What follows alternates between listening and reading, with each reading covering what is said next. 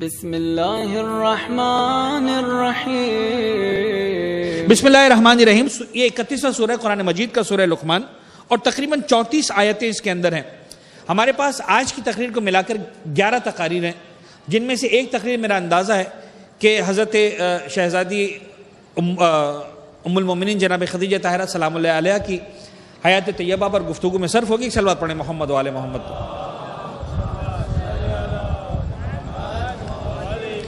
اس لیے کہ 10 رمضان کی جب شب آئے گی، 9 رمضان کا جو دن آئے گا اور رات آئے گی، وہ بی بی کی جو ہے اس دنیا سے رخصتی کی شب ہے، اس دنیا سے رب العزت کی بارگاہ میں جانے کی شب ہے۔ تو ظاہر سی بات ہے شہادت کی شب میں جو ہے وہ مصائب بھی ہوں گے اور انہی کا تذکرہ ہوگا زیادہ۔ ہم قرآن کو ڈسکس ضرور کریں گے تبرکاً، جو ہمارا موضوع ہے۔ تو تقریباً 34 آیتیں، اور میری خواہش ہے کہ ان 10-11 دنوں کے اندر اس سورے کو ہم مکمل کریں، یعنی ایوریج 3 سے 4 آیتیں جو ہے وہ ہم ڈیلی پڑھیں۔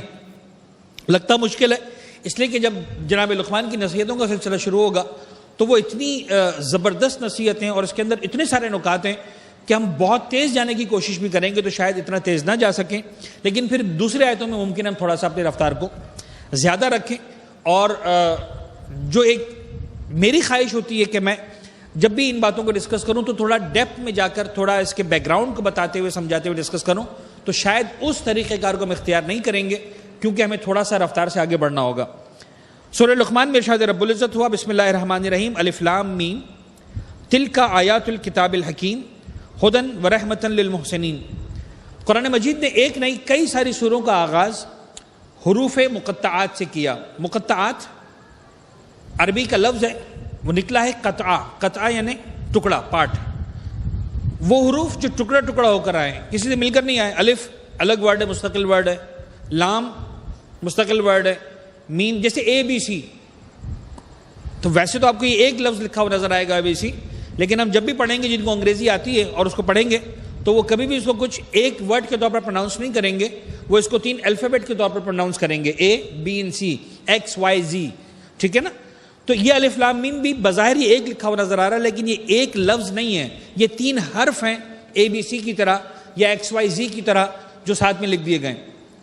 اب اس کے اندر آج تک کسی بھی مفسر نے کلیم نہیں کیا کہ معصومین نے، سوائے ایک آدھ مقام کے کاف یا عین صاد کے اندر ایک تفسیر ملتی ہے کہ معصوم نے ایک مرتبہ فرمایا کہ کربلا، کاف سے مراد کربلا ہے اور ہے سے مراد ہلاکت ہے، اور یہ ایسا سورہ اور غضب کا سورہ ہے۔ لیکن ادر دین دس، اس طرح کے مقامات پر حروف مقطعات کے لیے ہمارے پاس کوئی بھی معصوم کی طرف سے اوتھینٹک ڈسکرپشن نہیں آئی ہے کہ یہاں پر الف لام میم کا مطلب یہ ہے، یہاں پر نون کا مطلب یہ ہے، یہاں پر صاد کا مطلب یہ ہے، یہاں پر یاسین کا مطلب یہ ہے، وغیرہ وغیرہ، نہیں، کہیں بھی نہیں آیا۔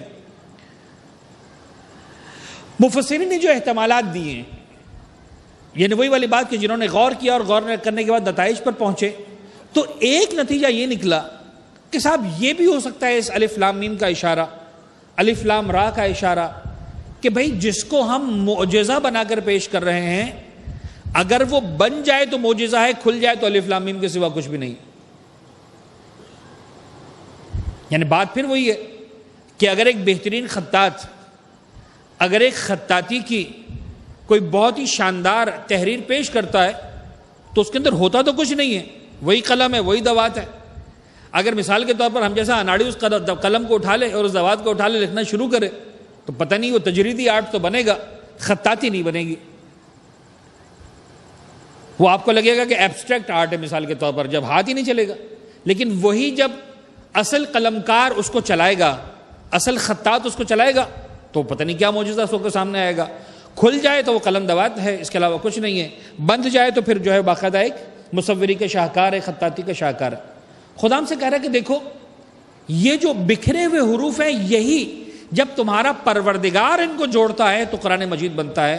اور عقیدہ آگے بڑھتا ہے جب عقیدت کی منزل پہ، تو مجھ جیسے طالب علم کی زبان پر جملہ آتا ہے کہ جب پروردگار ان حروف کو جوڑتا ہے تو قرآن مجید بنتا ہے، جب علی بن ابی طالب جوڑتے ہیں تو نہج البلاغہ بنتی ہے۔ دونوں معجزات ہیں، دونوں تک پہنچنا کسی انسان کے بس میں نہیں ہے، بس وہ علی العظیم کا کارنامہ ہے، یہ علی بن ابی طالب کا کارنامہ ہے۔ اللہم صل علی محمد و آل محمد۔